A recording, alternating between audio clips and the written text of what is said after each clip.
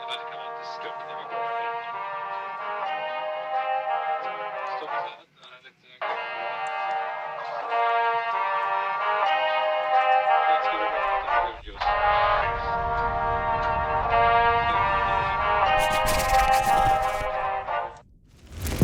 is up, guys? My name is Tausif Hussain, and today we're going to be talking about the Pixel 5. I still remember the first time I got a touchscreen phone.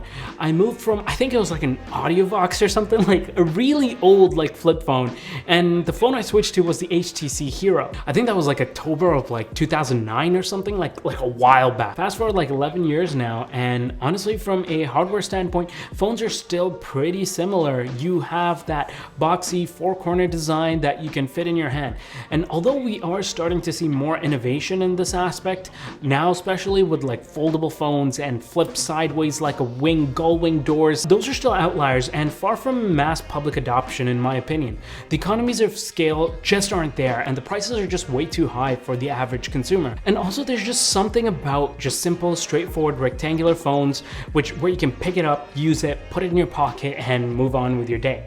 And in my opinion, aside from a few design shifts and materials and stuff like that to make things feel more premium or look more premium, the primary discerning factor that decides what my SIM card goes into is software. And that's where my appreciation for this phone comes in. I've always appreciated a pure, simple Google software experience, and that's what you're gonna get with this. Overall, I think Google has really taken a step sideways when it comes to the phone for hardware specs, while thankfully taking a step back when it comes to price. The thing that really annoys me, like this is not even, and then it takes me like a little while to like try to fix it out. I think we're good. Almost. Nope, this one's just a little bit more. Let's first start off with the price. Now, for a little while, Google did try to play that flagship game of trying to have the more premium version of their product, which they charge more for.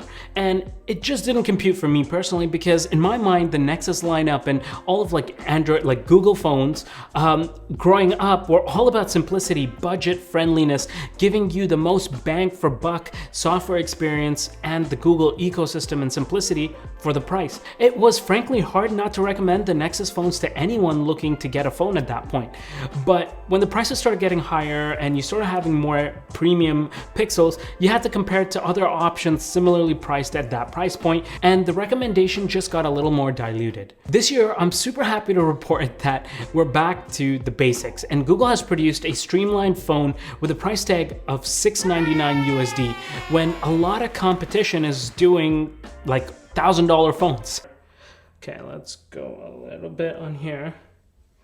Damn it, no. Aside from the price, this year I feel Google has actually gone past the whole teenage phase where they're trying to figure out themselves out and who they are, and finally accepted where their strengths lie, and they've played to them, and that's software. And there's nothing that proves this more than their camera. This is one of the most exciting features for me because Pixel phones still take some of the best photos on a smartphone. There. Oh, but what's interesting to note is that the hardware of the camera is actually the exact same sensors that we've had from like the Pixel 2 days. And they're still putting out photos that are just honestly beautiful. Frankly, people are still blown away when I show them portrait mode photos that I've taken on this phone. And that's a testament to the software capabilities.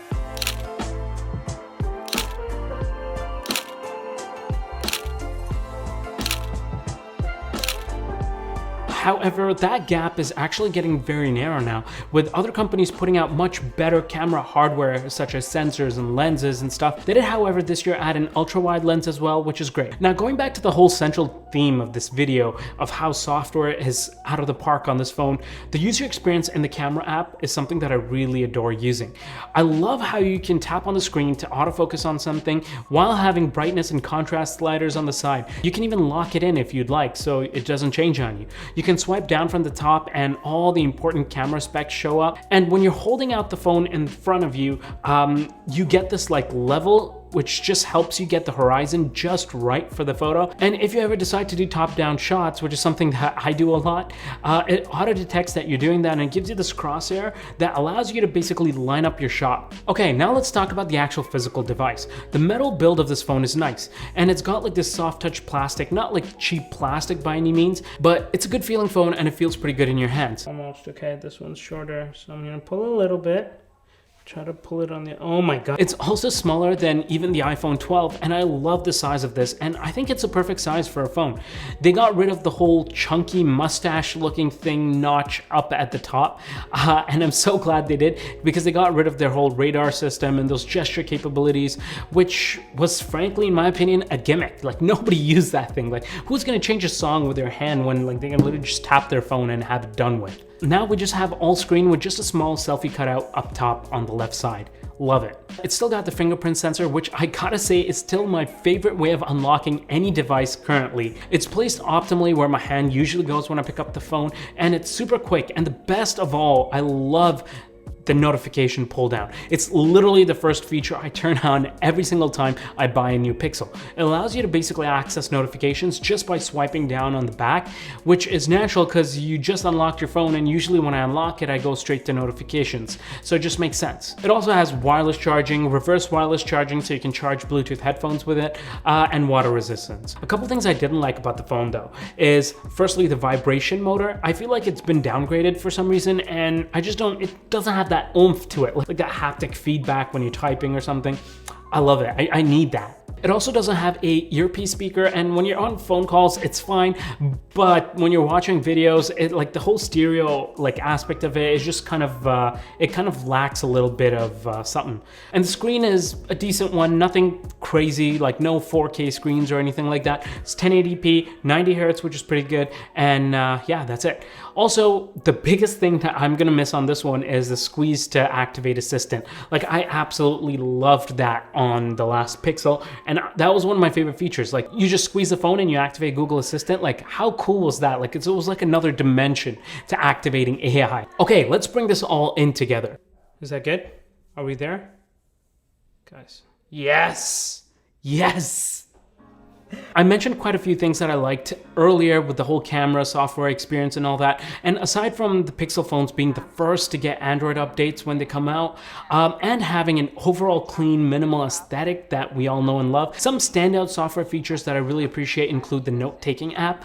I tend to do a lot of note-taking throughout the day, and having a recorder app that basically transcribes whatever I'm saying and gives me search capabilities, it's beautiful. It's like I can script an entire video so much quicker. You can also do live caption for phone calls even, or any audio basically going through the phone, and also many other features that we've come to know and love with the Pixel lineup. And I know some people did ask me about the processor and why they chose to go a little bit backwards and went with a slower processor.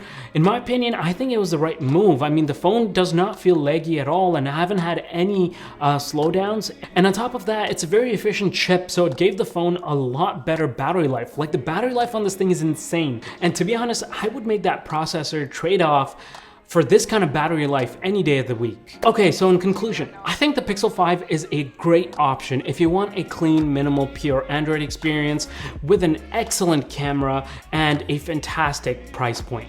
It's a phone that I can pretty much recommend to most of the people out there when they ask me which Android phone should I get. With some of the older Pixels, that might not have necessarily been the answer, but it is today.